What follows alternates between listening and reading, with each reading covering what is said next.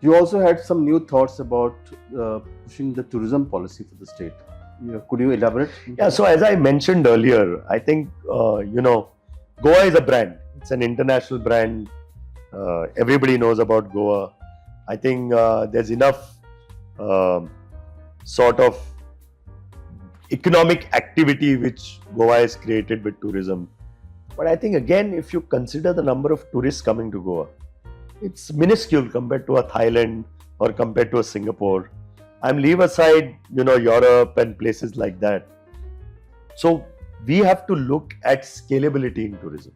Now, how will you scale tourism? Okay. Can we look at quality tourism? Can we look at upmarket tourism? Let this tourism go on. We don't want to disturb, because what I see is, and I'm very happy to see, the number of Indian tourists coming to Goa.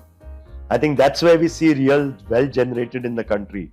And the way they spend in Goa is something that is really heartening. Earlier, we used to depend only on foreign tourists.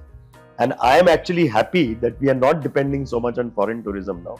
Of course, foreign tourists should come, but we are also having a large number of Indian tourists. But what next? Whether we can create more revenues, we can create more GDP for the state, whether we can create more jobs for the state. So we have to look at different aspects of Goa. We have lovely heritage, okay?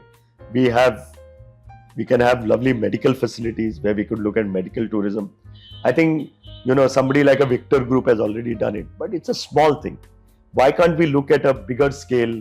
Why can't we look at more players, in medical tourism, in wellness tourism? Okay, heritage, we have such wonderful heritage structures. You and I go to Europe and pay 50 pounds and 30 pounds to enter a church or any other museum. Why can't we create those kind of monument? I mean, we have monuments, but we create that environment, monetize and keep the maintenance. Unless you, unless somebody feels like it's worth paying that $30. The people are smart. Why would you pay and go unless you get the kind of service? So we have to create the aura around it, and then we have to create tourism around it. We have to create business models around it. Can we have museum shops around? Can we have eateries around? Now, if you look at the riverside along here near our office, evening, why doesn't it become a vibrant place like somewhere in Spain? So you have nice barbecue shops, or have nice cafeterias, and that can happen only in the evening once people go home, or during office time when people go home. So we need to create new models of tourism and say how they could benefit Goa.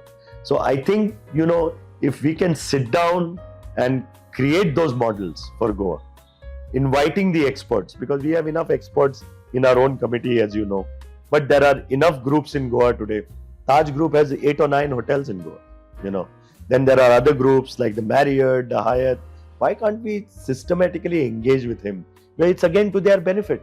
Today, if Goa is creating so much thousands of crores of GDP in tourism, how can we multiply it by 3 times? And these are the projects that I talked to you about, wellness tourism, medical tourism, heritage tourism. Whether we can create, in between there used to be some news about having these ropeways and this. We need to create those to be world class, because we have all gone and seen what world class means in the other parts of the world. Then only you will have the paying capacity of people, because today people can afford to pay, but they need value for their money.